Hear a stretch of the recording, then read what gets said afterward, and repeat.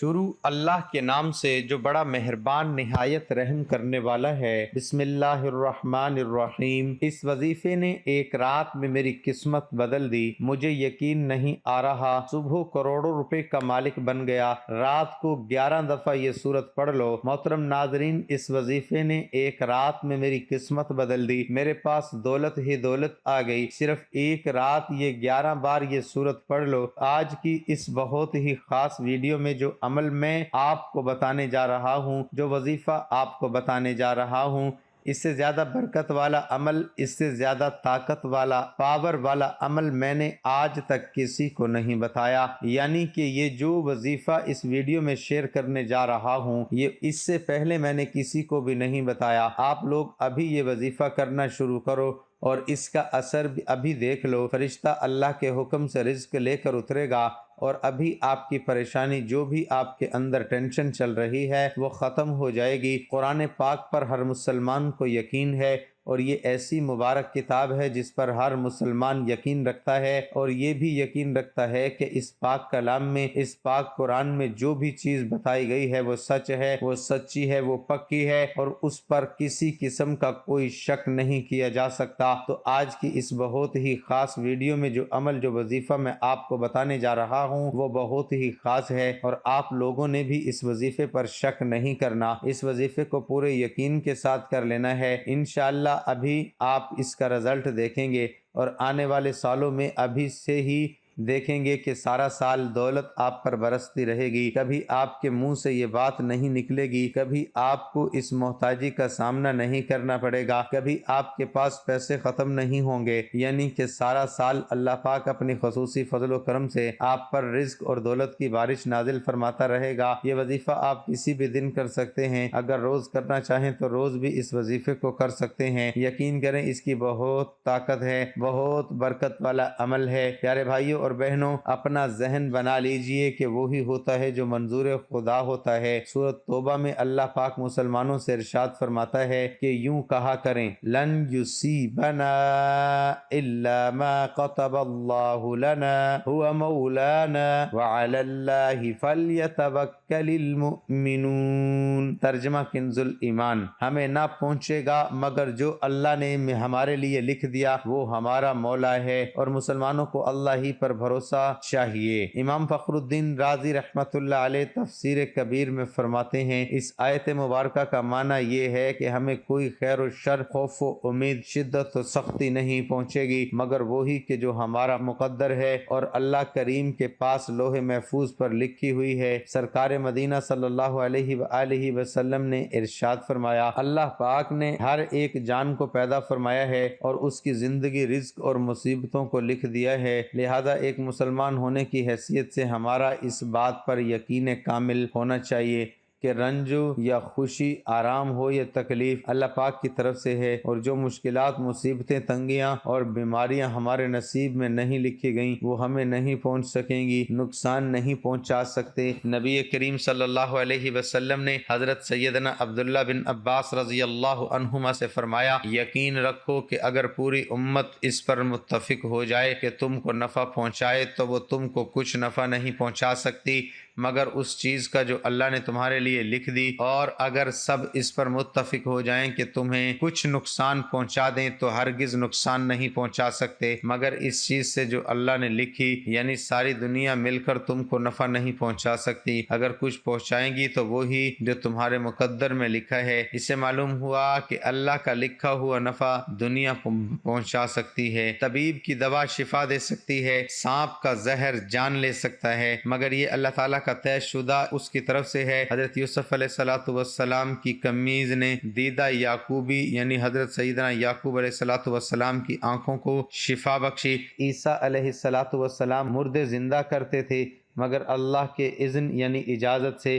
لکھنے سے مراد لوح محفوظ میں لکھنا ہے، اگرچہ وہ تحریر قلم نے کی مگر چونکہ اللہ کے حکم سے کی تھی، اس لیے کہا گیا کہ اللہ نے لکھا، مطلب ظاہر ہے کہ اگر سارا جہان مل کر تمہیں کوئی نقصان دے تو وہ بھی طے شدہ پروگرام کے تحت ہوگا کہ لوح محفوظ میں یوں ہی لکھا جا چکا ہے۔ خیال رہے کہ تدبیر بھی تقدیر میں آ چکی ہے، لہٰذا تدبیر سے غافل نہ رہو، مگر اس پر اعتماد نہ کرو، نظر اللہ کی قدرت و رحمت پر رکھو۔ پیارے بھائیوں اور بہنوں، مصیبت آنے پر خود کو اللہ پاک سے ڈرانے، صبر پر استقامت پانے اور غلط قدم اٹھانے سے خود کو بچانے کے لیے توبہ و استغفار کرتے ہوئے یہ ذہن بھی بنائیے کہ ہم پر جو مصیبت نازل ہوئی ہے اس کا سبب ہمارے اپنے ہی کرتوت ہیں، نہ کہ کسی کی نحوست کی وجہ سے ایسا ہوا۔ پارہ 25 سورۃ الشورى کی 30ویں آیت کریمہ میں ارشاد ربانی ہے، وَمَا أَصَابَكُم مِّن مُّصِيبَةٍ فَبِمَا كَسَبَتْ أَيْدِيكُمْ وَيَعْفُو عَن كَثِيرٍ۔ ترجمہ کنز الایمان، اور تمہیں جو مصیبت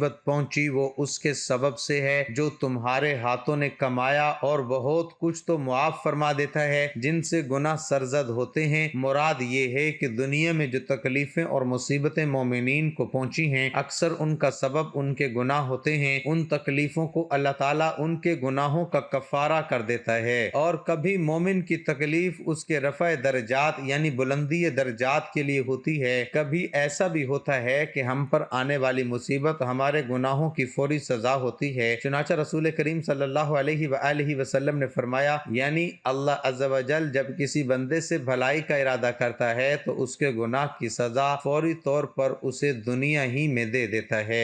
رسول اللہ صلی اللہ علیہ وآلہ وسلم نے ارشاد فرمایا، تمام گناہوں میں سے جس گناہ کی سزا اللہ پاک چاہتا ہے قیامت تک مؤخر فرما دیتا ہے، سوائے والدین کی نافرمانی کی کہ اس کی سزا وہ موت سے پہلے زندگی میں ہی دے دیتا ہے۔ نبی کریم صلی اللہ علیہ وآلہ وسلم کا فرمان عالی شان ہے، جس نے نماز چھوڑی اس نے اپنے اہل و عیال اور مال کو گھٹا دیا۔ جھوٹی قسم کھا کر اپنا مال بیچنے والوں کو روزی میں برکت نہیں رہتی، جیسا کہ سرکار مدینہ صلی اللہ علیہ وآلہ وسلم نے ارشاد فرمایا، جھوٹی قسم سے سودا فروخت ہو جاتا ہے اور برکت مٹ جاتی ہے۔ ایک مقام پر ارشاد فرمایا، قسم سامان بکوانے والی ہے اور برکت مٹانے والی ہے۔ گھریلو ناچاکیوں اور لڑائی جھگڑوں کا ایک سبب جھوٹی قسمیں کھانا بھی ہے، جس کی وجہ سے خوشیوں بھرے کئی گھر ویران ہو جاتے ہیں۔ چنانچہ اعلیٰ حضرت امام اہل سنت امام احمد رضا خان رحمۃ اللہ علیہ فرماتے ہیں، جھوٹی قسم گھروں کو ویران کر چھوڑتی ہے۔ حضرت سیدنا عبداللہ بن عباس رضی اللہ عنہما فرماتے ہیں، جب کوئی قوم ناپ تول میں کمی کرنے لگتی ہے تو اس سے روزی منقطع کر دی جاتی ہے۔ حکیم الامت مفتی احمد یار خان رحمۃ اللہ علیہ فرماتے ہیں کہ کم تولنے کی نحوست سے روزی کی برکت اڑ جاتی ہے، یا اس ذریعے سے کمایا ہوا مال کسی نہ کسی وجہ سے ہلاک ہو جاتا ہے۔ حضور اکرم صلی اللہ علیہ وآلہ وسلم نے ارشاد فرمایا، سود سے بظاہر مال زیادہ ہو جاتا ہے مگر اس کا انجام یہ ہے کہ مال کم ہوگا۔ علامہ عبد الرؤف مناوی رحمت اللہ علیہ ایک حدیث کے پاک تحت فرماتے ہیں، سود کے ذریعے مال میں بڑی تیزی سے اضافہ ہوتا ہے، مگر سود لینے والے شخص پر مال کی تباہی و بربادی کے جو دروازے کھلتے ہیں ان کی وجہ سے وہ مال کم ہوتے ہوتے بالا آخر ختم ہو جاتا ہے۔ اللہ پاک ہمیں اپنی رضا پر راضی رہنے، بدشگونی سے بچنے اور گناہوں سے دور رہنے کی توفیق عطا فرمائے۔ محترم جناب، کائنات میں رات دن ہونے والی بڑی بڑی تبدیلیوں سے لے کر پتوں کی کھڑکھڑاہٹ تک ہر کام اللہ پاک کی مرضی، اسی کی قدرت اور اسی کے اختیار سے ہوتا ہے۔ اس کی مرضی کے بغیر پتا تو دور ریت کا ایک ذرہ بھی اپنی جگہ سے نہیں ہل سکتا۔ تمام تر قوتوں اور طاقتوں کا مالک ہمارا پیارا پروردگار جب کسی سے راضی ہو جائے، کسی پر مہربان ہو جائے تو اپنے لامحدود اختیارات اور قدرتوں میں سے جتنا چاہتا ہے اپنے اس خاص بندے کو عطا فرما دیتا ہے، جس سے اس کے خزانوں میں بھی کوئی کمی نہیں آتی، نہ ہی معاذ اللہ وہ بندہ خدا بن جاتا ہے۔ اللہ پاک کی ایسی عطا کی بے شمار نظارے ہمیں انبیاء اکرام اور اولیاء عظام کی زندگیوں میں صاف نظر آتے ہیں۔ جیسا کہ بیماروں کو شفا دینے والا اللہ کریم ہے، اس نے اپنے پیارے نبی حضرت عیسیٰ علیہ السلام کو اس قدرت کا مظہر بنا دیا، جیسا کہ قرآن پاک میں ہے۔ ترجمہ کنز العرفان، میں پیدائشی اندھوں کو اور کوڑ کے مریضوں کو شفا دیتا ہوں، اور میں اللہ کے حکم سے مردوں کو زندہ کرتا ہوں۔ حضرت عیسیٰ علیہ السلام فرما رہے ہیں، میں شفا دیتا ہوں، میں زندہ کرتا ہوں۔ ساتھ ہی اس بات کو بھی ذکر فرما دیا کہ یہ سب کچھ خود سے اپنی ذاتی طاقت و قوت سے نہیں کرتا، بلکہ یہ سب اللہ کریم کی دی ہوئی طاقت و اختیار سے ہی کرتا ہوں۔ جب اللہ والے اللہ پاک کی قدرت کے مظہر ہیں تو ان سے مصیبت پریشانی اور دکھ درد میں مدد مانگنا بالکل جائز ہے، اس لیے کہ اللہ کے مقبول بندوں کی مدد دراصل اللہ کریم ہی کی مدد سے ہے۔ اسلامی عقیدے کے مطابق اگر کوئی آدمی یہ عقیدہ رکھتے ہوئے انبیاء اکرام اور اولیاء اکرام سے مدد مانگے کہ وہ اللہ پاک کی اجازت کے بغیر بذات خود نفع و نقصان کے مالک ہیں تو یقیناً شرک ہے، جبکہ اس کے برعکس اگر کوئی آدمی حقیقی مددگار اور نفع و نقصان کا حقیقی مالک اللہ کریم کو مان کر کسی کو مجازن یعنی غیر حقیقی طور پر اور محض عطائے الہی سے مددگار سمجھتے ہوئے مدد مانگے تو یہ بالکل جائز ہے، ہرگز شرک نہیں، اور یہی ہمارا عقیدہ ہے۔ اللہ والوں کے مددگار ہونے کے ثبوت پر ایک قرآنی آیات ملاحظہ فرمائیے، فَإِنَّ اللَّهَ هُوَ مَوْلَاهُ وَجِبْرَائِيلُ وَصَالِحُ الْمُؤْمِنِينَ وَالْمَلَائِكَةُ بَعْدَ ذَلِكَ ظَہِیرٌ۔ ترجمہ، تو بے شک اللہ خود ان کا مددگار ہے اور جبرائیل اور نیک ایمان والے اور اس کے بعد فرشتے مددگار ہیں۔ اس آیت میں حضرت جبرائیل علیہ السلام اور نیک مسلمانوں کو مولا یعنی مددگار فرمایا گیا اور فرشتوں کو ظہیر یعنی معاون قرار دیا گیا، جس سے روز روشن کی طرح ظاہر ہے کہ اللہ کریم کے بندے مددگار ہیں۔ جب یہ مددگار ہیں تو ان سے مدد مانگنا بھی جائز ہے۔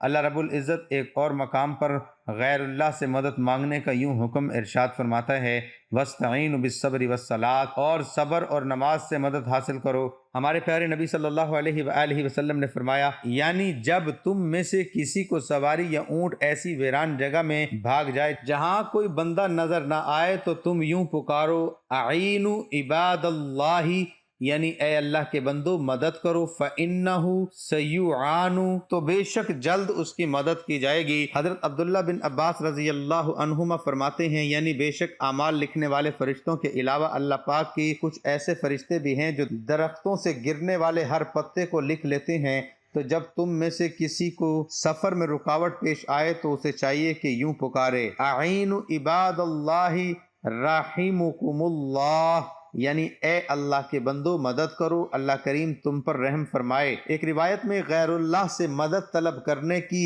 یوں ترغیب دلائی گئی، یعنی میرے رحم دل امتیوں سے حاجتیں مانگو، رزق اور مطلوب پالو گے، بھلائی اور حاجتیں خوبصورت چہرے والوں سے مانگو۔ احادیث کے مطالعے سے معلوم ہوتا ہے کہ نبی کریم صلی اللہ علیہ وآلہ وسلم نے جہاں اچھے لوگوں کے اوصاف اور خوبیاں بیان کی ہیں، وہیں برے اور ناپسندیدہ لوگوں کی بھی پہچان بتا دی ہے تاکہ ایسے لوگوں سے دور رہا جائے۔ اس سلسلے میں ایک اصول بات یہ ہے کہ ہر وہ انسان جس میں کسی طرح کی خیر کی امید نہ رکھی جائے، حتیٰ کہ اس کے شر سے بھی لوگ محفوظ نہ ہوں، تو وہ شخص بدترین انسان مانا جائے گا، کیونکہ ایک ایسی صورت میں وہ معاشرے کے فساد و بگاڑ کا سبب بنے گا۔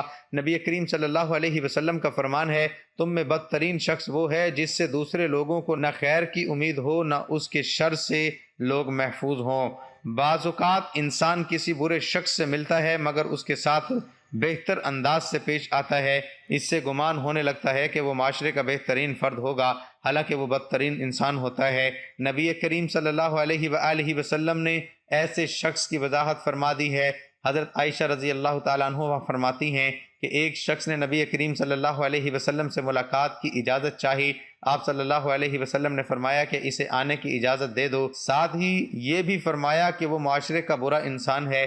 جب وہ داخل ہوا تو آپ صلی اللہ علیہ وسلم نے اس سے نرم گفتگو کی۔ اس کے جانے کے بعد حضرت عائشہ رضی اللہ تعالی عنہ نے دریافت کیا، اے اللہ کے رسول صلی اللہ علیہ وسلم، آپ نے تو اس کے سلسلے میں ایسا ایسا فرمایا تھا، جبکہ آپ صلی اللہ علیہ وسلم نے اس سے گفتگو میں نرمی اختیار کی۔ نبی کریم صلی اللہ علیہ وسلم نے ارشاد فرمایا، اے عائشہ، اللہ تعالیٰ کے نزدیک قدر و منزلت میں سب سے برا انسان وہ ہے جس کی شر اور اذیت کی وجہ سے لوگ اسے چھوڑ دیں یا اس سے دوری اختیار کر لیں۔ نبی کریم صلی اللہ علیہ وسلم نے فرمایا، تم قیامت کے دن اللہ کے نزدیک لوگوں میں سب سے بہترین انسان انہیں پاؤ گے جو دورخی اختیار کرتے ہیں۔ آپ صلی اللہ علیہ وسلم نے اس کی مزید وضاحت ان الفاظ میں فرمائی، یقیناً بدترین شخص وہ ہے جو دو منہ رکھتا ہو، کچھ لوگوں کے پاس ایک منہ لے کر جاتا ہے اور کچھ لوگوں کے پاس دوسرا منہ لے کر جاتا ہے۔ ایسا شخص سچ اور جھوٹ کو ملا کر لوگوں میں فساد و بگاڑ پیدا کرنے کی کوشش کرتا ہے، اسی وجہ سے اسے نفاق کی علامت قرار دیا گیا ہے۔ ایسے لوگوں کی انسانیت کا دشمن اور معاشرے کا ناسور سمجھا جاتا ہے۔ ایسا شخص لوگوں کی کمزوری کی ٹو میں لگا رہتا ہے تاکہ ان کی اطلاع دوسروں کو دے، اس طرح ان کے مابین کا تعلق کا سبب ہے۔ اسی وجہ سے اس کا دل حسد اور کینہ کی آگ میں جلتا رہتا ہے۔ اس ویڈیو میں ایک سورت اور اللہ تعالیٰ کے اسم مبارک کا وظیفہ آپ کو بتانے لگا ہوں۔ آپ یہ وظیفہ سونے سے پہلے کر لیں، یعنی کہ رات کو روزانہ کر لیں، اور آپ دیکھیں اتنی دولت، اتنا رزق آئے گا کہ آپ حیران رہ جائیں گے۔ جتنی تعداد میں آپ کو بتانے لگا ہوں اتنی تعداد میں آپ نے یہ مبارک وظیفہ، یہ اسم اعظم پڑھ لینا ہے، اور بے شک میرا اللہ ان اسم اعظم اور اس صورت کی برکت سے آپ کی مشکل ختم کر دے گا، اور آپ کو دولت کی، رزق کی جو بھی پریشانی ہوگی وہ ختم فرما دے گا۔ قرآن پاک ایک مکمل ضابطہ حیات ہے۔ اگر ہم قرآن پاک غور سے پڑھیں تو اس میں شفا کے بہت سارے نسخے ہیں، اور اسی طرح معاشی پریشانیوں کا مکمل حل بھی موجود ہے، لیکن ہم لوگ قرآن پاک کو پڑھتے ہی نہیں، جو تعلیمات ہیں ان پر عمل کرتے ہی نہیں۔ اس عمل کو آپ پلیز اپنے پاس نوٹ فرما لیں۔ جب بھی آپ کو دولت کی، رزق کی تنگی ہو، آپ سمجھیں کہ آپ کے گھر کے حالات کنٹرول سے باہر ہو رہے ہیں، انکم کم ہے، اخراجات زیادہ ہیں، آپ کے اوپر آئے روز قرض چڑھتا جا رہا ہے، اور اس وقت آپ کا کہیں سے بھی رزق کا انتظام نہیں ہو پا رہا، لوگ آپ کا ساتھ نہیں دے رہے، دولت کے اسباب پیدا نہیں ہو رہے، تو اس وقت آپ اس وظیفے کو کر لیں۔ اور آپ بہت زیادہ مشکل میں ہوں، پریشانی میں ہوں، آپ چاہتے ہو کہ آپ کے پاس اچانک پیسہ آ جائے، اللہ پاک آپ کی غیبی مدد فرما دیں، تو اس وقت اس وظیفے کو ضرور کر لینا۔ اور ان اسم اعظم اور سورت کو پڑھنے سے اگر آپ لوگوں کو رزق کی پریشانی ہوگی تو میرا اللہ اس کو فوری دور فرما دے گا، اور اگر آپ کو اور کوئی پریشانی ہوگی تو وہ بھی انشاءاللہ اس وظیفے کی برکت سے وہ بھی ختم ہو جائے گی۔ اور ان اسم اعظم کو آپ نے روزانہ سونے سے پہلے 50 مرتبہ پڑھ لینا ہے۔ وہ اسم اعظم یہ ہیں: یا رحمانو، یا رحیمو، اور 11 مرتبہ سورت اخلاص پڑھ لینا ہے۔ قل هو اللہ احد اللہ الصمد لم یلد ولم یولد ولم یکن له کفوا احد۔ اول و آخر درود پاک پڑھ لیں، اور 50 مرتبہ یہ اسم اعظم آپ نے 50 مرتبہ پڑھ لینی ہے، اور 11 مرتبہ سورت اخلاص پڑھ لیں۔ اول و آخر آپ 3 مرتبہ درود شریف پڑھ لیں: اللہم صلی علی محمد وعلی آل محمد کما صلیت علی ابراہیم وعلی آل ابراہیم انک حمید مجید۔ اللہم بارک علی محمد وعلی آل محمد کما بارکت علی ابراہیم وعلی آل ابراہیم انک حمید مجید۔ یقین کریں کسی بھی دن آپ اس وظیفے کو کر لیں، اگر روز کر سکتے ہیں تو پھر اس کے اور زیادہ فیوز و برکات ہیں، لیکن میری گزارش ہے کہ پاک جسم کے ساتھ اس وظیفے کو کرنا ہے، وضو کی حالت میں کرنا ہے، اور اس کو پاک جسم کے ساتھ اس وظیفے کو کرنا ہے، تب آپ کو اس کا مکمل اثر ملے گا۔ بے شک میرا اللہ ہر ایک کی مدد کرتا ہے۔ آپ خود اندازہ لگا لیں گے جب آپ یہ وظیفہ، یہ عمل کرو گے کہ یہ اس وظیفے میں کتنی طاقتیں ہیں، کتنی برکت ہے، کتنی پاور ہے۔ تو میرے بھائیوں، جب بھی آپ کو کوئی پریشانی آ جائے، جب بھی آپ کے حالات آپ کے کنٹرول سے باہر ہو جائیں، تو اس وظیفے کو ضرور کر لینا۔ رات کو سونے سے پہلے کوئی اور کام کرو یا نہ کرو، یہ کام اس اسم اعظم اور سورت اخلاص کا عمل ضرور کر لینا۔ انشاءاللہ یہ تسبیح اتنی پاورفل ہوگی، یہ وظیفہ اتنا پاورفل ہوگا کہ لوگ آپ کے پیچھے ہی پڑ جائیں گے، کیونکہ کئی لوگ کئی طرح کے وظیفے کرتے ہیں۔ میں نے بھی اپنی ویڈیو میں بہت زیادہ وظائف بتائے ہوئے ہیں، لیکن یہ جو وظیفہ ہے یہ اتنا پاورفل، اتنا طاقت والا وظیفہ ہے کہ جو بھی کرتا ہے اس کے مسائل بھی ختم ہو جاتے ہیں، اور دولت باندھ کر گھر لے آتا ہے، یعنی کہ اللہ پاک اس کو اتنی زیادہ دولت عطا فرما دیتے ہیں۔ وظیفے کی آپ کو اجازت ہے، اور اس کو رات کو روزانہ سونے سے پہلے 11 مرتبہ ضرور کر لینا۔ صبح آپ اٹھتے ہی دیکھو گے کہ آپ مالا مال ہو جاؤ گے، اللہ پاک آپ کے لیے خصوصی فرشتے بھیج دے گا۔